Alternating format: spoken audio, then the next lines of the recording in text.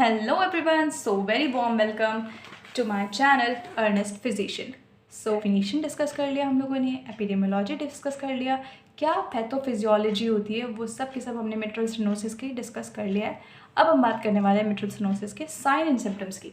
ठीक है, क्या साइन एंड सिम्टम्स होती हैं। तो इसमें हम देखने को मिलता है, पेशेंट में हमें देखने को मिलता है डिस्निया।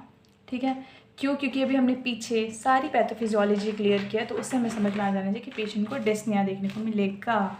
ठीक है, क्यों? क्योंकि आप देखो, अब ये जैसे हमने बताया था कि लेफ्ट आर्टरिया जो था वो लेफ्ट वेंट्रिकल में ब्लड पुश आउट नहीं कर पा रहा है, तो लेफ्ट एट्रिया का डायलिटेशन हो रहा है, ये ब्रैक प्रेशर दे रहा है पल्मोनरी वेन को, तो पल्मोनरी वेन की वजह से पल्मोनरी यानी कि लंग्स का कंजेशन हो रहा है, तो कंजेशन होगा तो प्रॉपर लंग्स सांस मतलब लंग्स जो है उनका फंक्शन ही होता है रेस्पिरेशन का, तो प्रॉपर रेस्पिरेशन में वो हेल्प नहीं कर पा रहे होंगे, तो पेशेंट को डिस्निया होगा, ब्रेथलेसनेस होगी। ठीक है, इनिशियली स्टार्टिंग में जो डिस्निया होगा वो एक्सर्शनल होगा कि पेशेंट कोई एक्स्ट्रा हैवी वर्क कर रहा है तो आपको वो डिस्निया देखने को मिलेगा। लेटर क्या होगा, धीरे धीरे जो ब्रेथलेसनेस है ना वो रेस्ट पे भी आपको देखने को मिलने लग जाएगी, यानी पेशेंट अभी रेस्ट कर रहा है तो भी ब्रेथलेसनेस आपको देखने को मिलेगी। ठीक है, और क्या साइन एंड सिम्टम्स है, ऑर्थोपनिया और पैरोक्सिस्मल नॉक्टर्नल डिस्निया। ये क्या होता है, जैसे ही पेशेंट लेटता है ना तो जो वीनस रिटर्न होता है वो बढ़ जाती है हार्ट की तरफ। ठीक है, सारा ही जो वीनस रिटर्न होता है वो बढ़ता है, हार्ट की तरफ जाता है, उसकी वजह से क्या होता है पल्मोनरी वीनस प्रेशर और बढ़ जाती है, जिसकी वजह से क्या होता है प्रॉपर वो जो होता है वो सांस नहीं ले पा रहा होता है, उसकी वजह से क्या होता है कि शॉर्टनेस ऑफ ब्रेथ हो जाती है, बिल्कुल एकदम अटैक्स आता है, उसको ऐसा लगता है कि बिल्कुल अभी ना सांस ली नहीं जा रही, चोकिंग सेंसेशन होता है, कफिंग होने लगता है, patient has to sit up, मतलब वो नींद में भी सो रहा है, लेटा हुआ है, लेकिन अब उसे उठ के बैठना पड़ता है। ठीक है, आगे झुकना पड़ता है रिलीफ के लिए। ठीक है, और इसमें हमें ये देखने को मिलेगा कि आपका जो रेस्पिरेटरी रेट है वो भी बढ़ा हुआ रहेगा। ठीक है, और रेस्पिरेटरी बढ़ा है, रेस्पिरेटरी रेट बढ़ा है तो हार्ट रेट भी बढ़ता है। ये हमने पढ़ा ही है कि हार्ट रेट जो होती है वो 1:4 की रेशियो में चलती है। रेस्पिरेटरी रेट अगर 1 बढ़ रही है तो 4 हार्ट रेट बढ़ती है उसके साथ साथ, तो जैसे जैसे 1 रेस्पिरेटरी रेट बढ़ेगी तो 4 हार्ट रेट बढ़ जाएगी उसके साथ साथ। तो क्या देखने को मिलेगा हमें, शैलो शॉर्ट फ्रिक्वेंट ब्रीदिंग होगी। क्यों? क्योंकि अभी पेशेंट सफोकेट हो गया है, उसको भी ऑक्सीजन की मतलब हाइपोक्सिया जैसे सिम्टम्स आ रहे हैं उसके अंदर। ठीक है, डिस्निया के सिम्टम्स आ रहे हैं, तो पेशेंट की रेस्पिरेटरी बढ़ जाएगी, वो ज़्यादा लंबी लंबी सांसें लेगा, मतलब लंबी लंबी नहीं, शॉर्ट शैलो ब्रीदिंग हो रही होगी, फ्रिक्वेंट ब्रीदिंग हो रही कि बॉडी में जो ऑक्सीजन की डिमांड है वो प्रॉपर फिलअप हो सके। तो जैसे हाँ रेस्पिरेटरी रेट बढ़ेगी तो हार्ट रेट भी उसके साथ बढ़ेगा आपका। ठीक है, और क्या साइन सिम्टम्स देखने को मिल सकते हैं हमें, किसी भी हम सिम्टम्स की बात करें। ठीक है, सिम्टम्स वो होते हैं जो पेशेंट हमें बताता है और साइन वो होते हैं जो हम देख सकते हैं। ठीक है, तो सिम्टम्स में और क्या देखने को मिलेगा हमें, पल्मोनरी इडीमा देखने को मिलेगा। क्यों? क्योंकि जो कैपिलरी प्रेशर है ना वो more than 25 mm of H हो जाएगा। तो जैसे जैसे आप समझ रहे हो अपने जो कैपिलरीज होती हैं, स्मॉल वेसल्स जो होती हैं लंग्स में एल्विलाइज के अराउंड जो होती है, अगर उनका प्रेशर बढ़ जाता है तो जो एल्विलाइज के अराउंड जो वेसल्स होती हैं उसका अगर प्रेशर बढ़ जाएगा तो क्या हो जाएगा, लीकेज हो जाएगा, लीकेज होगा, ट्रांजिटेड फ्लूइड्स लीक आउट होने लग जाएगा, तो उसकी वजह से क्या होगा, पल्मोनरी एडीमा होगा। इसकी वजह से आप देख रहे हो और ब्रेथलेसनेस होगी। ठीक है, और सांस लेने में दिक्कत होगी, और हीमोप्टाइसिस भी देखने को मिल सकता है हमें इसमें।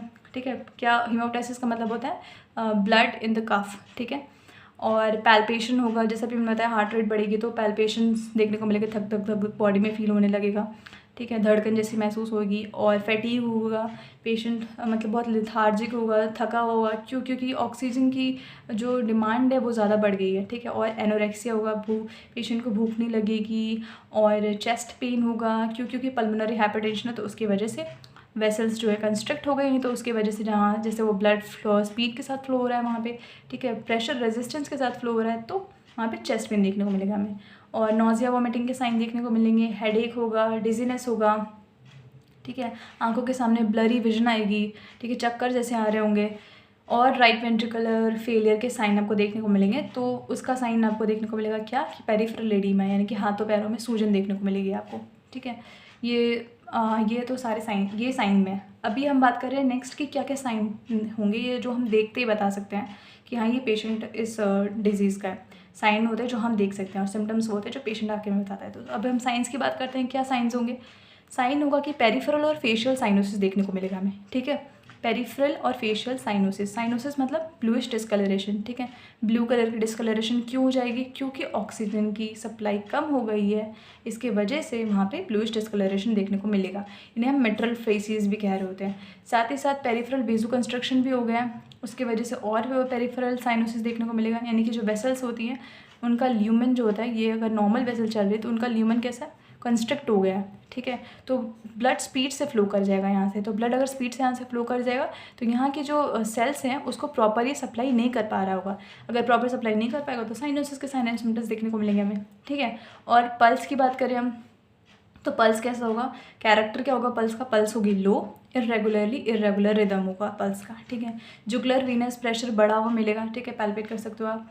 और इंस्पेक्शन और पैल्पेशन की बात करें तो आपको प्रीकॉर्डियल रीजन में बल्जिंग मिलेगी आपको, ठीक है। एपेक्स बीट जो होती है, हार्ट की जो एपेक्स होती है, जैसे ये मान लेते हैं हार्ट, तो ये इसकी एपेक्स होती है। तो एपेक्स बीट क्या होती है?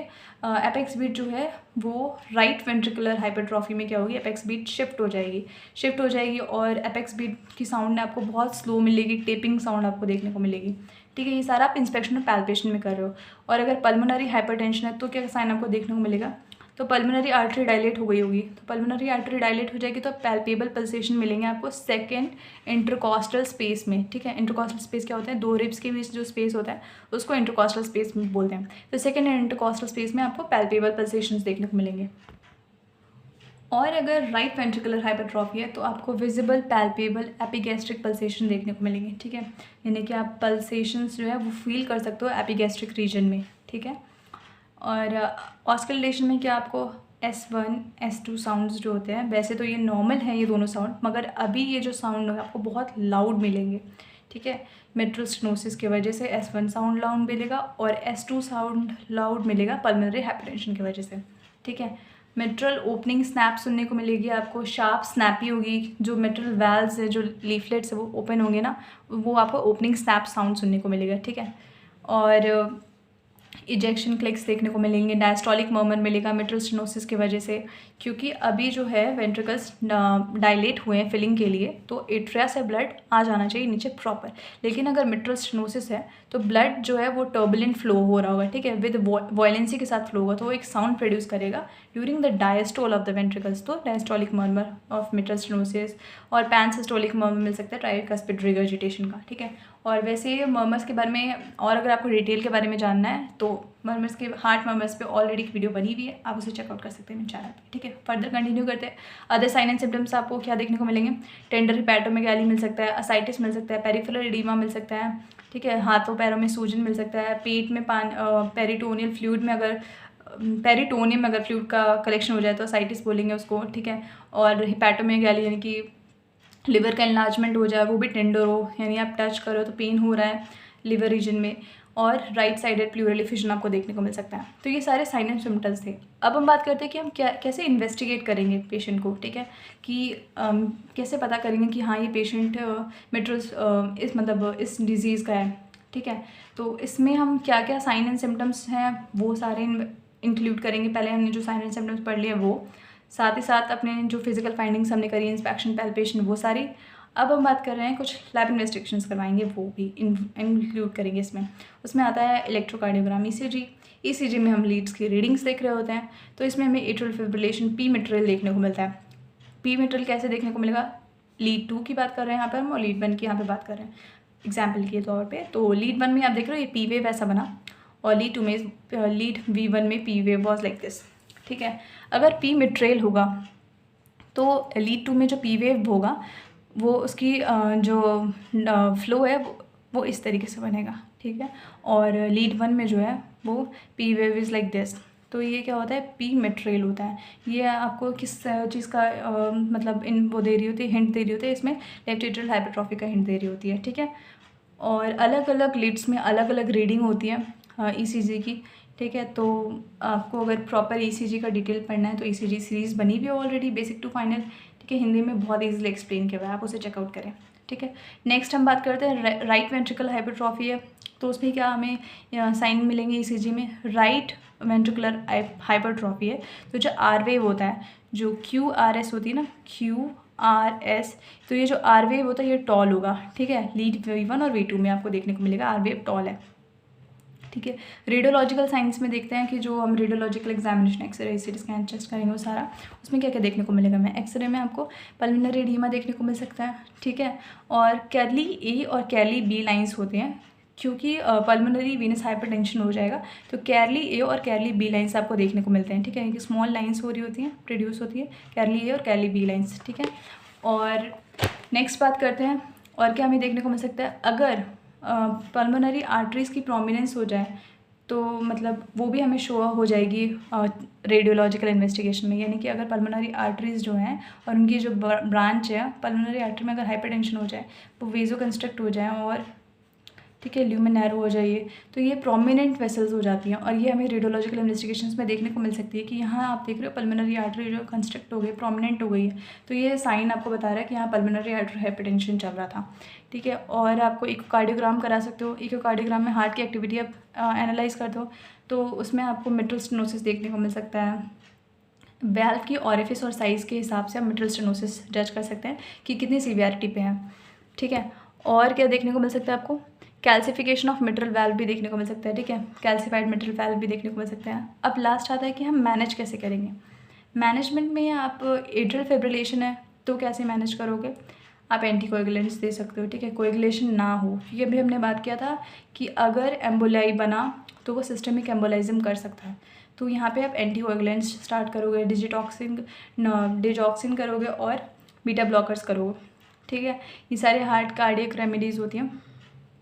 अब बात करते हैं अगर राइट वेंट्रिकुलर फेलियर हो गया तो कैसे मैनेजमेंट करोगे आप, क्योंकि हमने बात किया था कि राइट वेंट्रिकुलर फेलियर होगा तो पेरिफेरल एडीमा देखने को मिलेगा, हाथों पैरों में सूजन देखने को मिलेगा।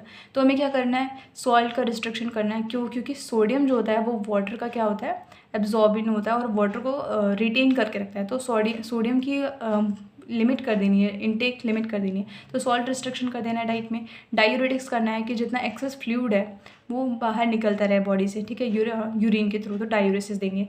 और इन्फेक्टिव एंडोकार्डाइटिस है तो हमें तो वाल्व की रिप्लेसमेंट करनी पड़ेगी या वाल्व को रिपेयर करना पड़ेगा, ठीक है। और अगर रोमैटिक फीवर है तो रोमैटिक फीवर के हम प्रोफाइलेक्टिक रेमेडीज़ दे सकते हैं, ठीक है। सर्जिकल मैनेजमेंट कैसे कर सकते हैं, अगर जो वाल्व का रिपेयर करेंगे तो वाल्वुलोप्लास्टी करेंगे, और अगर वाल्व को रिमूव भी करना है तो वाल्वुलोटॉमी कर देंगे, क्योंकि एकदम कंप्लीट डैमेज्ड वाल्व हो गई तो अब उनका रख के क्या मतलब है, तो उन्हें वाल्वुलोटॉमी करना पड़ेगा, ठीक है। और मैकेनिकल प्रोस्थेटिक वाल्व्स आते हैं, उनका प्लेसमेंट कर देंगे हम, ठीक है। तो here comes the video at and. I hope आपको समझ में आया होगा। अगर कोई डाउट है तो comment down below, and for the notes also comment down below. Thanks for watching.